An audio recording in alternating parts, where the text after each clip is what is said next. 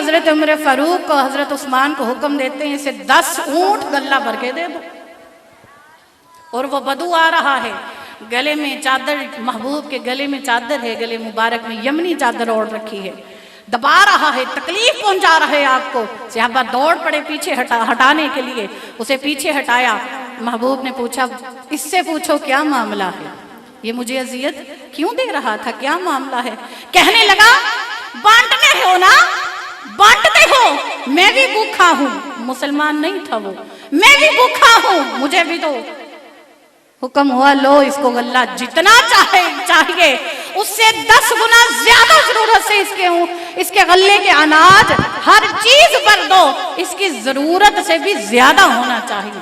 اور وہ خوشی خوشی کہتا جا رہا ہے واقعی بانٹنے والے ہیں, یہ تو بانٹنے والے ہیں.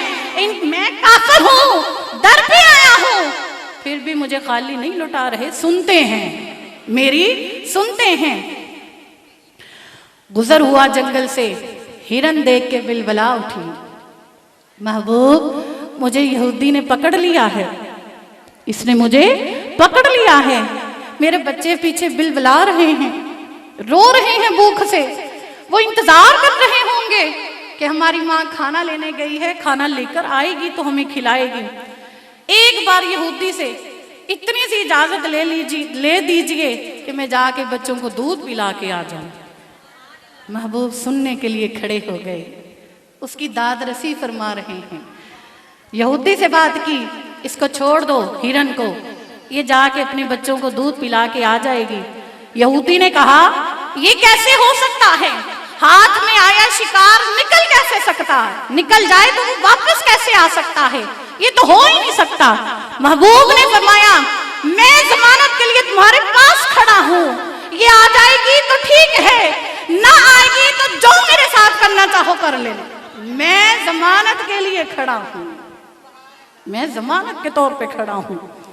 اس نے محبوب کی بات سنی, ہرن کو چھوڑ دیا, ہرن چلی گئی, جا کے دودھ پلا کے بچوں کو آئی, ساتھ ساتھ بچے بھی آ رہے ہیں. یہودی حیران ہو گیا, شکار کو چھوڑ دیا تھا واپس کیسے آ گیا. محبوب کی شان, محبوب کی داد رسی اس پر عیاں ہو گئی, محبوب کی محبت اس پر عیاں ہو گئی, محبوب کا سننا اس پر عیاں ہو گیا. لہذا اس نے کہا حبیب جانور آ کر آپ کی بات مان رہے ہیں, میں تو انسان ہوں, میرا حق تو پہلے بنتا ہے, مجھے کلمہ پڑھائیے مسلمان کر دیجیے, مجھے کلمہ پڑھا کے مسلمان کر دیجئے. مسلمان ہو گیا. محبوب نے پوچھا اب اس ہرن کا کیا کرتے ہو, بیچو گے مجھے بیچ دو تاکہ میں اسے آزاد کر دوں. اس نے کہا حبیب جب ایمان لے آیا, سب کچھ آپ کے نام کر دیا, تو یہ ہرن کیا چیز ہے, میں ہی اسے آپ کے نام پر آزاد کرتا ہوں. ہرن آزاد ہو گئی, اور روایت میں ہے کہ وہ 2 پیروں پر کھڑے ہو کے ناچنے لگی کہ محبوب کی حضور درخواست کی ہے, قبول ہو گئی, اور مجھے تو موجت مل گئی.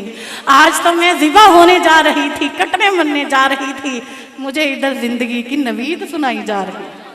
زندگی کی وہ سننے والا ہے, اس نے اپنے حبیب کو بھی سننے والا بنایا کہ آؤ اپنی دکھ بری داستان حبیب کو سناؤ, یہ میں نے تمہارے درمیان بھیج دیا ہے. تم مجھے نہیں نا ڈائریکٹ سنا سکتے, ہو سکتا ہے تمہیں نہ سنانا آتا ہو, آؤ یہی در ہے جہاں پہ تمہاری سنی جائیں گی.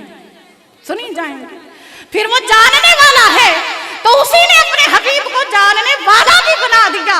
محبوب علیہ السلام کو ہر ایک چیز کا علم عطا فرمایا گیا, یہاں تک کہ کائنات سے پہلے کیا تھا, کائنات کے بعد کیا ہوگا, کیسا ہوگا. حضرت عمر فاروق نے فرمایا ایک دن محبوب علیہ السلام منبر پر تشریف فرما ہو گئے. صبح فجر کے بعد سے آپ نے دنیا سے پہلے اور قیامت کے بعد تک کے حالات بتانا شروع کیے. ظہر بھی اسی طرح ادا کی, ہم نے درمیان سے اٹھ کے عصر بھی ادا فرمائی, اسی طرح مغرب بھی ادا فرمائی, یہاں تک کہ ہم حضور سے عرض کرنے لگے حضور ہمیں معاف فرما دیجئے, آپ جلال میں گفتگو فرما رہے ہیں, ہمیں معاف فرما دیجئے. لیکن محبوب نے ہر ایک شخص کے نام بلدیت اس کے شجرے نسب کے ساتھ ہر ایک کا حشر بتایا, ہر ایک کا معاملہ بتایا. یعنی محبوب نے کوئی ایک بھی چیز قیامت دنیا سے پہلے اور قیامت کے بعد تک کی نہ چھوڑی جس کا ذکر نہ فرمایا۔ محبوب نے فرمایا، حضرت انس کی روایت بھی ہے کہ محبوب علیہ السلام دیوار کے پیچھے بھی ایسے ہی دیکھتے ہیں جیسے سامنے دیکھتے ہیں۔ ایسا علم عطا فرمایا اور اختیار اتنا عطا فرمایا۔ وہ مختار ہے، وہ قدرت رکھنے والا ہے، وہ مالک کل ہے، تو حبیب کو بھی اسی صفت کا مظہر بنایا۔ محبوب جاتے جاتا شخص، وہ شخص جس کے لیے اعلان ہوگا اسے جہنم میں پھینک دو، محبوب آئیں گے ایک ٹکڑا نکال کے اس کے ترازو میں ڈال دیں گے، اس کے ترازو میں ڈال دیں گے۔ وہی شخص جس کو جہنم میں جانے کا اعلان ہو رہا تھا، اس ایک ٹکڑے کی وجہ سے اس کا نیکیوں والا پلڑا بھاری ہو جائے گا اور جنت میں جانے کا اعلان ہو جائے گا۔ پھر وہ روایت ہے، یہ روایت ہی سے بتا رہی ہوں، پھر وہ عرض کرے گا وہ شخص، حضور صلی اللہ علیہ وسلم یہ کیا تھا، یہ کیا تھا؟ محبوب نے فرمایا، محبوب فرمائیں گے کہ یہ وہ درود ہے جو تم نے ایک بار میری محبت میں پڑھا تھا۔ وہ شخص جو جہنم میں جا رہا تھا، آ کے حالات بدل گئے اور وہ ادھر خرامہ جنت میں جا رہا، جہنم میں جانے اختیار اتنا عطا فرما دیا کہ اگر محبوب مٹی کو سونا کہہ دیں تو حکم ہوگا وہ سونا ہو جائے گی، حکم ہوگا وہ سونا ہو جائے گی۔ وہ مختار کل ہے تو اس نے حبیب کو بھی اختیار سارا ہی عطا فرما دیا۔ خود بخاری اور مسلم کی روایت ہے، محبوب اعلان کرتے ہیں، واللہ یعطی وانما انا قاسم، اللہ مجھے عطا کرتا ہے، میں تقسیم کرنے والا ہوں، میں تقسیم کرنے والا ہوں۔ یعنی مجھے اتنا اختیار دیا ہے مولا نے کہ سب کچھ لوگوں کے پاس نہیں آتا، وہ جو رحمتیں دیتا ہے، وہ جو سب کچھ عطا فرماتا ہے، لوگوں کے پاس ڈائریکٹ نہیں آتا، وہ تو مجھے ملتا ہے، پھر میں بانٹتا ہوں۔ وہ علم ہے، وہ رزق ہے، وہ دولت ہے، صحت ہے، جو کچھ بھی ہے وہ تو میں ہی بانٹتا ہوں۔ معزز سامعین، اس ذات ببرکتہ کو مولا نے اپنی ذات کا رنگ بنایا، اپنی ذات کا عکس بنایا، تو پھر جب اتنا اعلیٰ نبی جو مولا کی ذات کا مظہر ہے ہمیں ملا، تو پھر ساتھ سمجھا دیا، من یؤتی الرسول فقد اطاع اللہ، کہ اگر رب کے حضور قبول ہونا ہے تو اس رسول کے حضور قبول ہونا پڑے گا۔ اگر ادھر اپنی منمانی ہے رب کے حضور تو ادھر ماننی پڑے گی، ادھر حبیب کی ماننی پڑے گی، ادھر ان کے حضور جھکنا پڑے گا، ادھر انہی کا ہو کر رہنا پڑے گا، انہی کا بن کے رہنا پڑے گا اور انہی کے رنگ میں رنگنا پڑے گا۔ اگر ان کے رنگ میں رنگ گئے تو چاہے وہ بلال ہے، چاہے وہ بلال ہے، چاہے وہ رنگ کا کالا ہے، پھر بھی اس کے رنگ کے کالے ہونے کی سیاہی کو حوروں کے چہروں پر تل بنا کر دے دیا جائے گا، چاہے وہ رنگ کا کالا ہے۔ لیکن شرط کیا ہے؟ وہ حوروں کے رخسار پہ تل کیسے بنے گا؟ جب یہ رنگ کا کالا بھی ہو، محبوب کی محبت میں پڑ جائے، محبوب کی کردار میں پڑ جائے، جو اس کو دیکھے اسے محبوب کا دیدار ہو جائے، جو اس کی قربت میں بیٹھے اسے محبوب کی قربت مل جائے، جو اس کے پاس بیٹھے محبوب کی محبت کا رنگ مل جائے، پھر ہوگا، پھر جنت میں بھی ایسا ہوگا کہ محبوب نے فرمایا، اے بلال میں جنت میں داخل کیا گیا، جنت مجھے شب معراج دکھائی گئی تو میں نے اپنے قدموں سے پہلے تیرے قدموں کی آواز سنی کہ مجھ سے بھی پہلے بطور غلام تو پہلے جنت میں داخل کیا جائے گا، میں بطور آقا بعد میں داخل کیا جاؤں گا۔ لہٰذا پیغام ہے یہ میلاد کا، ہم ہر سال محبوب علیہ السلام کی ولادت باسعادت کو مناتے ہیں، اعلان کرتے ہیں کہ ہمارے حبیب ہمیں مل گئے، ہم خوشیاں منا رہے ہیں۔ تو اس خوشی منانے کا تقاضا ہے کہ پھر تمہیں اس خوشی کا اظہار اس طرح کرنا پڑے گا کہ جیسا مولا چاہتا ہے، اور وہ مولا کیسا چاہتا ہے، کہ میں نے اس رسول کو اپنا اخلاق کردار دے کر بھیجا ہے، اپنی صفات دے کر بھیجا ہے، اب تمہارے لیے ضروری ہے کہ تم اس رسول کا اخلاق کردار تم اپنا لو، تمہارے لیے ضروری ہے۔ اور یہ بھی ساتھ ضروری ہے، یہ بھی سمجھنا ضروری ہے کہ بس یہی در ہے جہاں سے وہ در ملے گا، باقی آئیں بائیں شائیں کچھ نہیں، یہ دنیا داری ہے ساری، محبوب کا در ہی اصل در ہے بس۔ اور وہ در ہے، وہ در اعلیٰ ہیں جو اس در تک پہنچاتے ہیں، وہ بھی اعلیٰ ہیں کہ جنہوں نے، ہم کیوں باہو باہو کرتے پھرتے ہیں، ہم کیوں داتا داتا کرتے پھرتے ہیں، ہم کیوں غوث غوث کرتے پھرتے ہیں، کیوں 11ویں پکاتے ہیں، کیوں کرتے ہیں یہ سب؟ اس لیے کہ انہوں نے محبوب کی ذات میں اپنی ذات کو فنا کیا تھا، انہوں نے اپنی ذات کو محبوب کی محبت میں فنا کر دیا، مار دیا، ختم کر دیا، اپنی خواہش تو کوئی باقی رکھی نہیں، بس محبوب تو ہے، بس محبوب تو ہے، تو ہی ہے حبیب، بس تو ہی ہے، بس اس عشق محبت میں رہے، اس کردار میں رہے، تو آج ہم ان کا نام لیتے ہیں۔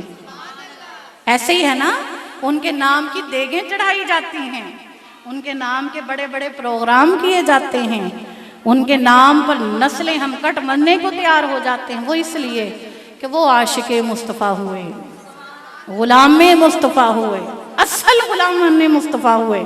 تو ہمیں بھی اپنے آپ کو محبوب علیہ السلام کی غلامی میں ڈالنا ہے۔ تحریک منہاج القرآن کا یہی منشور مقصد ہے کہ امت محمدیہ کا ہر فرد عاشق اور غلامان مصطفیٰ بن جاتا۔ تحریک منہاج القرآن کا مقصد ہے، موٹیو ہے، شیخ الاسلام ڈاکٹر محمد طاہر القادری مدد اللہ العالی کی انتھک جد و جہد کا مقصد ہی ایک ہے کہ آؤ سب گنبد خضرا سے جڑ جائیں، اپنی توجہات گنبد خضرا سے جوڑ لیں، گنبد خضرا والے سے جوڑ لیں۔ ایک حدیث سنا کے اپنی بات کا اختتام کرتی ہوں۔ محبوب نے فرمایا قرب قیامت دجال ہر شہر میں داخل ہو سکتا ہے لیکن میرے شہر مدینہ میں داخل نہیں ہوگا، شہر مکہ میں داخل نہیں ہوگا۔ اور دوسری روایت یوں محبوب نے فرمایا قیامت آنے سے پہلے ایمان پوری دنیا سے نکل جائے گا، اور وہ جیسے سانپ بل میں گھس جاتا ہے اس طرح ایمان پوری دنیا سے نکل کر میرے مدینے میں اکٹھا ہو جائے گا۔ یعنی پوری دنیا پر کفر ہو سکتا ہے، اس جگہ کفر نہیں ہو سکتا جہاں محبوب تشریف فرما ہے۔ گویا بتانا یہ مقصد ہے، ایمان اپنے آپ کو بچاؤ، میرے مدینے میں آ کے کرے گا تو تم اپنے ایمان کی حفاظت، دین کی حفاظت مدینے والے سے جڑ کے کر لو۔ بس ایمان اسی میں محفوظ ہے، محبوب کے ہو جاؤ، ایمان اسی میں محفوظ ہے، اسلام اسی میں محفوظ ہے، ہماری زندگیاں نسلیں اسی میں محفوظ ہیں کہ ہم اپنے ایمان کی توجہات محبوب کی ذات کو کر لیں، ہم اپنے کردار کو محبوب کے کردار کی طرف موڑ لیں، ہم اپنی زندگی کے طریقہ کار کو محبوب کے طریقہ کار کی طرح کر لیں، محبوب علیہ السلام کی محبت میں اپنے آپ کو فنا کر دیں، اٹھتے بیٹھتے محبوب کا نام لیں۔ بہترین طریقہ اس کے لیے یہ ہے کہ آپ فرض نمازوں کے فرائض کے علاوہ جو بھی وقت ہے وہ سارا محبوب پر درود پڑھنے میں گزار دیں۔ جب محبوب پر درود پڑھیں گے اس سے محبوب کی محبت آئے گی، جب محبوب کا نام لیتے رہیں گے ہر وقت، محبوب کا ذکر کرتے رہیں گے تو محبوب آپ کے دلوں میں بس جائیں گے، اور جو ذات دل میں بس جائے تو پھر عاشق کا دل کرتا ہے وہ اس جیسا ہو جائے گا۔ عاشق کا دل یہی کرتا ہے، بس عاشق کا یہی دل کرتا ہے وہ محبوب جیسا دکھ رہا ہے نا، محبوب جو چاہتا ہے بس میں ویسا ہو جاؤں بس۔ تو عشق ضروری ہے، محبت ضروری ہے، اور وہ محبت درود سے ملے گی، ہر وقت درود پڑھنے سے ملے گی، ہر وقت ذکر کرنے سے ملے گی۔ اللہ رب العزت ہمیں تحریک منہاج القرآن کا بھی یہ مقصد سمجھ کر تحریک منہاج القرآن کا ساتھی اور رفقا بننے کی توفیق عطا فرمائے، اور ان اللہ کے ولیوں کی سنگت کے ساتھ جڑ کر، ان کی محبتوں کے ساتھ جڑ کر محبوب کی محبت اپنے دلوں میں بسانے کی توفیق عطا فرمائے۔ اور یاد رکھیے، تنہا کوئی بھی ہم میں سے محبوب کے کردار پر نہیں چل سکتا، اسے کسی نہ کسی ساتھ کی ضرورت ہے، سنگت کی ضرورت ہے، سنگت ضروری ہے۔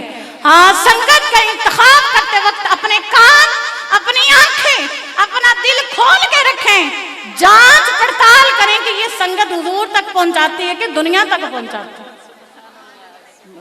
اللہ رب العزت ہمیں اس کی توفیق عطا فرمائے، بہترین سنگت ہمیں عطا فرمائے، آمین وما علینا الا البلاغ۔